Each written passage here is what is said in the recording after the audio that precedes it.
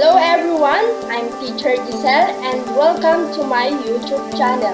In this video, we will learn about social, ethical, and legal responsibilities of using technology tools and resources in teaching and learning in elementary grades. We have topics of importance. First is ethical issues for safety and security. And second, we have digital divide. And last, we have legal use of digital media. We have 6 ethical issues for safety and security. First is social networking, acceptable use policies, and third, netiquette. Fourth, cyberbullying. And fifth, student data. And last, we have internet privacy. Let's start with the social networking. Social networking, a broad class of websites and services that allow you to connect with others online as well as meet people in similar or hobbies. For example is Facebook, MySpace, and Twitter. Next, proceed to our acceptable use policies. These policies set up by the network administrator or other school leaders that are set to agree with their technology needs and safety concerns. For all computers, use computers for teacher-assigned work only. And second, we have use computers when teacher is present. And we have use installed software only. You may not install software from home or download and install for software from the internet. And we have respect school property. Screensavers, desktop, and wallpaper may not be altered. And flags and tables may not be disconnected or rearranged. And we have protect your intellectual property. Um, Log into the computer with your personal ID and password and do not share your ID and password with other students. Log out of the computer before leave.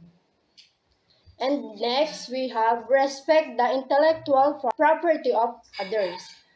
Do not use someone else's ID and password to get logged into the computer. And do not alter someone else's document. And last, we have always cite the sources of any materials, words, pictures, and music you use from all the internet. And second, we have netiquette. Netiquette is refers to online code of what is appropriate and in good taste for internet users. Contraction of the words net from internet and etiquette. Poor choices online can lead to bad consequences. And next, we have cyberbullying.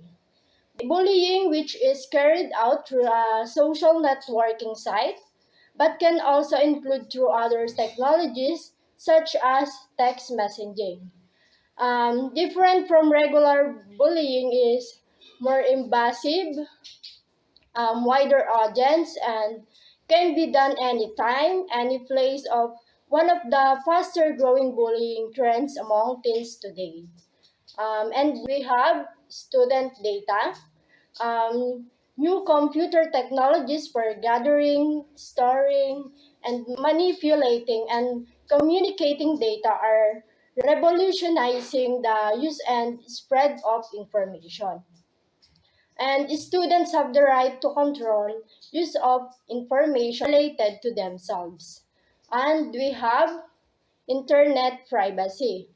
Every move made online is being tracked. IP addresses can trace location. And you need to be aware of what private information you make available online. And last, protect your passwords and do not leave confidential information for others to see. And for the digital divide, we have gender, socioeconomic, race, resource equity, and teacher bias. For the gender, women and men are use internet differently. Men are more driven by IT, whereas women are more passive in their role as technology users. For example, men favor video games and women favor for chatting or email. And for the socio-economic, many people living in poverty do not get the same technological resources as others, leaving them the farther behind in the digital divide. A lot of technology is expensive and people living in poverty cannot afford them as they are not necessity. And next we have race.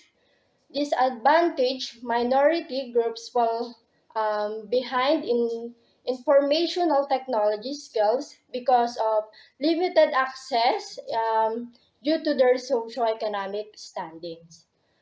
This can cause a larger digital divide because the minorities will not have practice with informational technology skills, and which are one of the top careers of today. And next, we have resource equity. Having equal access to technology, equal access is important to help bridge the gap in the digital divide. And we have teacher bias.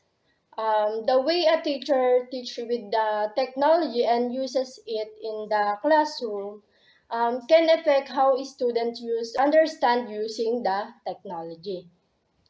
And for the legal use of digital media, we have copyright, fair use, and Creative Commons. Copyright gives creator right to reproduce, distribute, perform, and display his or work. Copyright protection protects the creator from the others stealing ideas as their own taking money, and association of the what is rightfully theirs.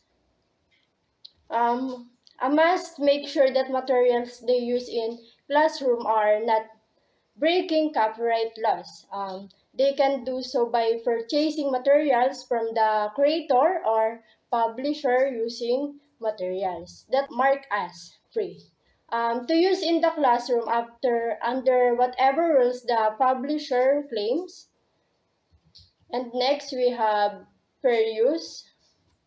Fair use is doctrine in the United States copyright law that allows limited use copyright material without requiring permission from the right holders.